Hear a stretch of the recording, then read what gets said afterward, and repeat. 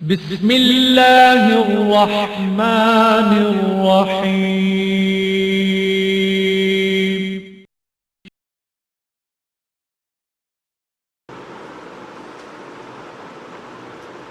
نعرہ رسالت یا رسول اللہ، نعرہ حیدری یا علی، بآواز بلند صلوات۔ اللہم صلی علی محمد وآل محمد۔ اپنی اپنی دعاؤں کی قبولیت کے لیے بآواز بلند صلوات۔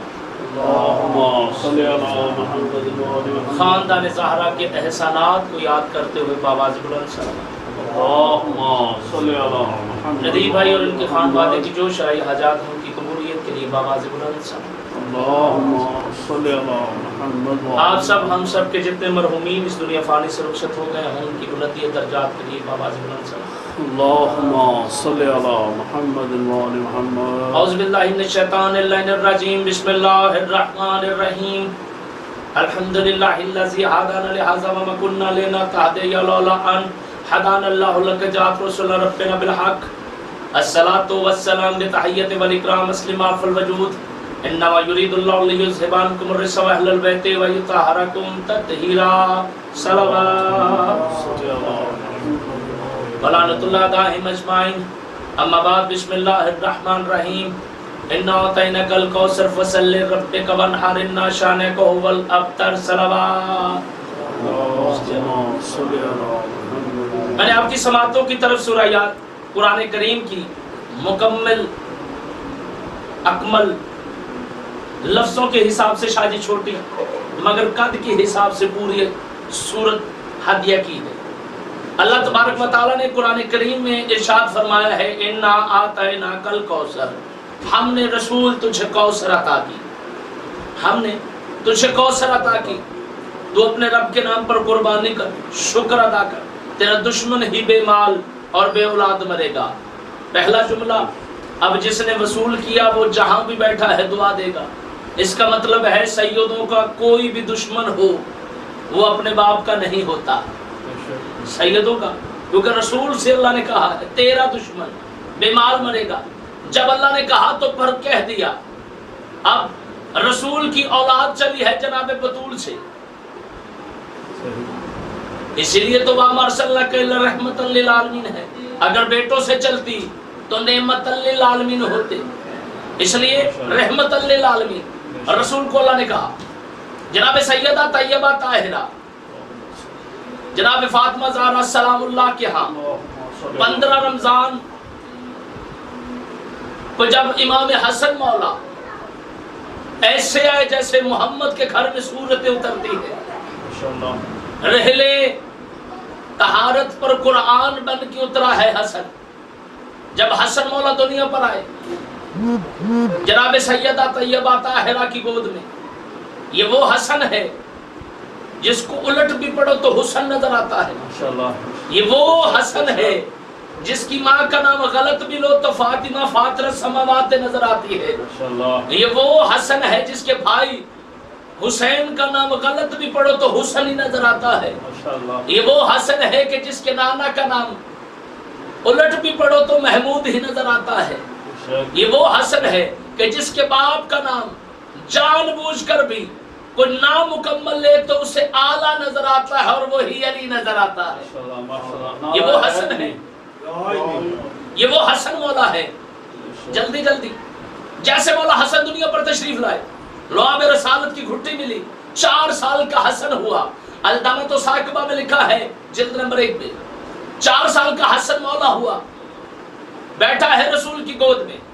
یہودی آیا، اس نے کہا میں آپ کا کلمہ نہیں پڑھتا، میں کلمہ پڑھ لوں گا اگر میرے 2 سوالوں کا اللہ کا نبی جواب دے دے۔ نانا کی گود میں ننے ننے ہاتھ داڑھی پہ رکھ کے حسن مولا نے کہا نانا اگر اجازت دے تو میں سوالوں کے جواب دوں۔ جب کہا نا، یہودی مسکرا کے کہنے لگا بھلا یہ بچہ میرے سوالوں کے جواب دے دے گا؟ اللہ کے نبی نے فرمایا یہی تو فرق ہے تمہارے اور جاہلوں میں کہ تم آل محمد کے گھر کے بچوں کو بچہ ہی سمجھتے ہو، تمہارے محمد کے گھر کے بچوں میں بچپنا دیکھتے ہو۔ جب یہودی نے کہا 2 سوال، مولا حسن نے فرمایا نانا میں جواب دوں؟ یہودی نے ابھی سوال نہیں کیے، صحابہ اکرام رضوان اللہ اجمعین صحابہ با وفا جم غفیر ہے مسجد، بھری پڑی ہے صحابہ سے مسجد۔ جب یہودی نے سوال کیے، یہودی نے پہلا سوال کیا، اللہ کا نبی یہ بتا تجھے عرش پر محمود اور زمین پر محمد کیوں کہتے ہیں؟ مولا حسن مسکرائے، اللہ کا نبی یہ بتا عقل اور شعور کیا ہے؟ بس یہ دو سوال تھے۔ حسن مولا نانا کی گود میں کھڑے ہوئے، نانا کے چہرے پہ بوسے دے کے حسن مولا نے کہا سن، اگر میں تیرے جواب دے دوں تو پھر تم مان لے گا کہ یہ اللہ کا نبی ہے؟ یہودی نے کہا ہاں بالکل، کیونکہ اس گھر کے بچوں کے پاس اتنا علم ہے، وہ خود کتنا بڑا عالم ہوگا۔ مولا حسن نے فرمایا سن، میرے نانا کو عرش پر محمود اس لیے کہا جاتا ہے کیونکہ وہاں پہ 12 حجاب تھے، ان 12 حجابوں میں میرا نانا رہا، اور اتنی حمد کی، حجاب رحمت میں، حجاب منت میں، حجاب کرامت میں، حجاب عفت میں، حجاب ہدایت میں، حجاب منزلت میں، حجاب شفاعت میں، حجاب رحمت میں، 12 حجابوں میں اتنی تعریف کی ہے اس پروردگار کی کہ پروردگار نے کہا ہے عرش پہ تو محمود ہو جا، فرش پہ تجھے محمد کر دوں گا۔ محمود اسے کہتے ہیں جو وہاں تعریف کرے، محمد اسے کہتے ہیں جو وہ جس کی جہاں تعریف کرے۔ نعرہ حیدری۔ اس لیے عرش پر محمود اور فرش پر محمد۔ یہودی نے پہلے سوال کا جواب دیا، مولا حسن کھڑے ہوئے، نانا کی گود پہ چہرے پہ ہاتھ رکھ کے کہا نانا 4 انگشت کا فاصلہ ہے عقل اور شعور کا۔ یہودی نے حیران ہو کے پوچھا کیسے؟ فرمایا یہ عقل ہے، یہ شعور ہے، یہ عقل ہے، آنکھ عقل ہے، کان شعور ہے۔ 4 انگشت کا فاصلہ ہر انسان کے چہرے پہ، 4 انگلیوں کا فاصلہ۔ نانا اگر یہ طے کر لیں تو شعور آ جاتا ہے۔ یہی تو زمانے کو بتا بتا کے تھک گئے ہیں، جنہیں غدیر والا قدیر سمجھ میں نہیں آیا شاہ جی، انہیں یہ 4 انگلیاں بھی سمجھ میں نہیں آتی، اور یہ چاروں کا فرق تو چلا آ رہا ہے۔ اب 4 کے بعد 5واں آتا ہے۔ کسی نے جناب حضرت حسن زیدی علی اللہ مقامہ سے کہا تھا کہ بندہ خدا تمہاری ترتیب کیسی ہے، تم 5 پورے یوں کیوں نہیں کرتے؟ انہوں نے کہا پہلا علی ہو گیا، درمیان میں کیا ہے؟ انہوں نے کہا ہمارے والے ہیں۔ حضرت حسن نے کہا یہ کیا ہے؟ انہوں نے کہا یہ تمہارا علی ہے، یہ نبی ہے۔ حضرت حسن زیدی علی اللہ مقامہ نے کہا جب بھی کوئی چیز ناپی جاتی ہے یا پہلے سے ناپی جاتی ہے یا آخرے سے ملتا ہے، جب بھی ملتا ہے یہ دونوں ملتے ہیں، 3 جدا ہو جاتے ہیں۔ جب بھی ملتے ہیں علی اور نبی ملتے ہیں۔ میں سارا دن بھی مولا حسن کے فضائل پڑھتا رہوں تو کم نہیں۔ میں نے آج اس حسن کے بیٹے کی شہادت پڑھنی ہے جس کو سرکار، باپ کو بیٹے بڑے پیارے ہوتے ہیں سید، جو بے اولاد ہے مولا زندگی والے بیٹے دے، اس لیے کہ انہیں احساس ہو کہ 6 مہینے کا اصغر کیسے دیا جاتا ہے، اس لیے کہ انہیں احساس ہو کہ 13 سال کا قاسم کیسے دیا جاتا ہے، اس لیے کہ انہیں احساس ہو کہ 18 سال کا علی اکبر کیسے دیا جاتا ہے، انہیں احساس ہو کہ 23 سال کا بیٹا جب کڑیاں پہن کے بازار میں پھپھیوں اور بہنوں کے ساتھ چلتا ہے، پتہ چلے کہ سید کتنا غیرت کا پروردگار تھا۔ مولا حسن کو زہر ملا نا 50 ہجری کو، خدا لعنت کرے 14 نامی عورت پہ جس نے زہر دیا سرکار کو۔ جب زہر مل گیا سرکار کا جسم آپ کی طرف تپنے لگا، جناب اپنے گھر میں تشریف لائے، آپ نے قاسم کی ماں سے کہا قاسم کی ماں میرے قاسم کو لا۔ جیسے قاسم سویا ہوا تھا نا، باپ کے سینے پہ لٹایا، اتنا گرم سینہ تھا کہ قاسم تڑپ کر اٹھا، رو کے کہا بابا مجھے تیرا سینہ گرم لگتا ہے، بس یہیں سے قاسم پڑھتا ہوں۔ جب کہا نا تیرا سینہ گرم لگتا ہے، رو کے حسن نے کہا اس وقت کیا ہوگا؟ قاسم جب کربلا کی گرم ریت ہوگی اور تیرا جسم ٹکڑے ٹکڑے ہو جائے گا۔ جناب عباس اور علی اکبر 9 محرم کو ایک دوسرے سے کہہ رہے تھے چچا پہلے میں جاؤں گا، عباس کہہ رہا تھا پہلے میں جاؤں گا۔ دونوں بات کیا کر رہے تھے؟ اکبر کہتا تھا میں جاؤں گا، عباس کہتا تھا میں جاؤں گا۔ اکبر نے کہا تو میرے بابا کا سالار ہے، اگر تو چلا گیا تو سالار مارا چلا جائے گا؟ اکبر سے عباس نے کہا تو چلا جائے گا تو حسین کی آنکھوں کا نور چلا جائے گا۔ رو کے قاسم نے کہا نہ چچا تو پریشان ہو، نہ بھائی اکبر تو پریشان ہو، میں چلا جاؤں گا، میں یتیم حسن ہوں، نہ میرے باپ کا نور جائے گا نہ کمر خمیدہ ہوگی۔ جب اس اکبر سے قاسم نے کہا نا، رو کے بی بی کے پاس آیا، ماں سے کہا ماں تو حسن کی بیوی ہے، حسین کی بھاوج ہے، مجھے لے کے مولا کے پاس چل اور کربلا میں لڑنے کی اجازت دے۔ جناب قاسم نے حسین سے ہاتھ باندھ کر اور لڑنے کی اجازت مانگی۔ رو کے حسین نے کہا میں تجھے مقتل بھیجوں تو بھیجوں کیسے؟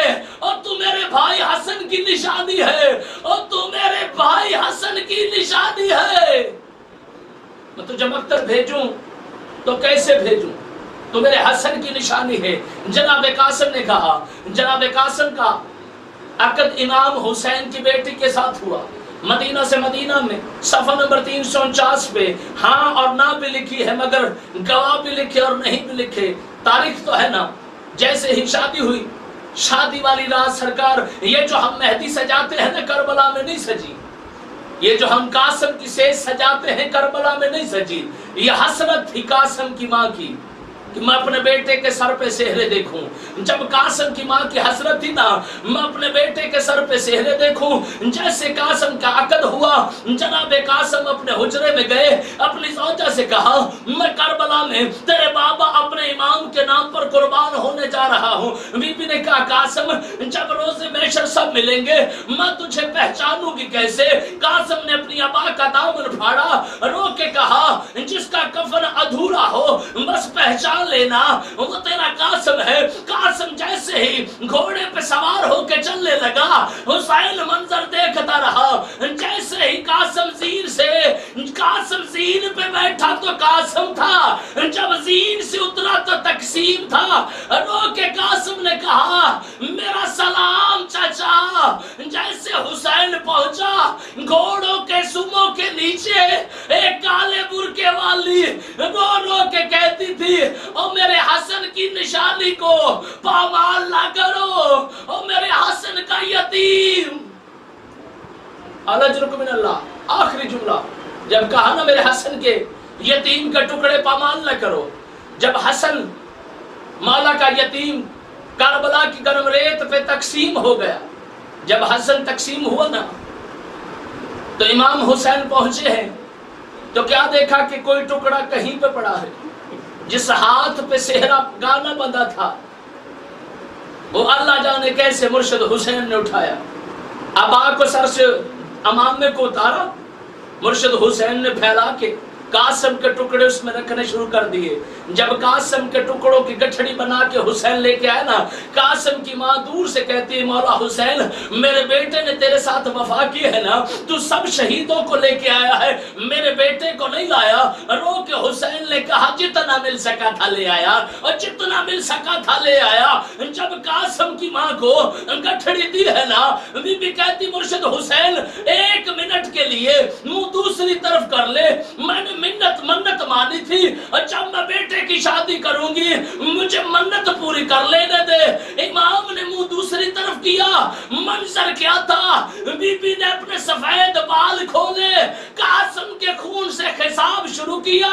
روک کے ثانیہ زہرا نے کہا بیوہ حسن کیا کر رہی ہے؟ بی بی نے کہا میں نے منت مانی تھی اور جب قاسم کے سہرے ہوں گے میں سر پہ خطاب کروں گی، واہ غربتا واہ مصیبتا۔ اللہ لعنت اللہ القوم الظالمین۔